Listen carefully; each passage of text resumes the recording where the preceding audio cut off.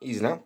So I've got this 3D printed Nerf bolter, and because it's had a lot of interest and people seem really impressed by it, what I've done is I've created a very similar one, but instead of 3D printed parts, I have just used this 2mm plastic that has been cut and shaped for the appropriate parts.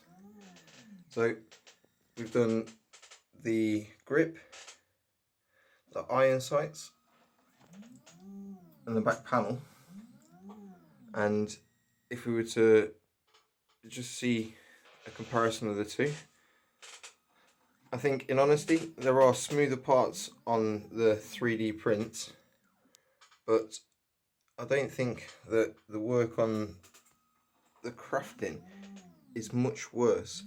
So for instance, on the 3D print there's layer marks and a couple of the pieces have cracked when they're curing.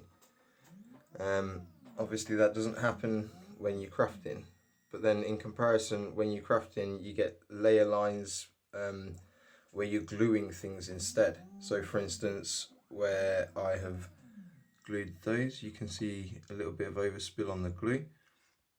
And when there's multiple panels, let's just see if I can get the light on there a bit more.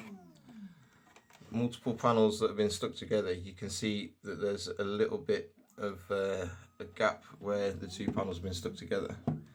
You can obviously like go over that a couple of times with some primer and sand it down, which should resolve it, but it's just a matter of the amount of time and effort that you put into your product.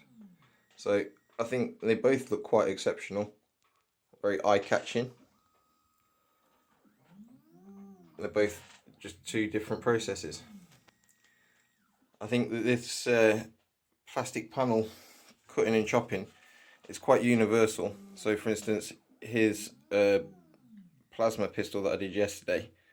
I only spent a couple of hours on it, but basically it was a Nerf pistol that had a laser sight that I have relocated the wiring on, a bit of corrugated plastic for the coils, and then the plastic panels were just sort of cut, chopped, and then sprayed to the right colours.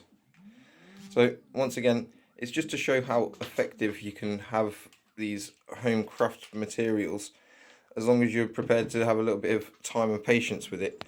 But then again, if you have a 3D printer, it does take time to print them, but there's always the risk that your prints don't come off perfect. Anyway, I hope this has been useful. If there's anything you'd like me to craft, just drop me a message and I'll see if I can do it for you. Sound?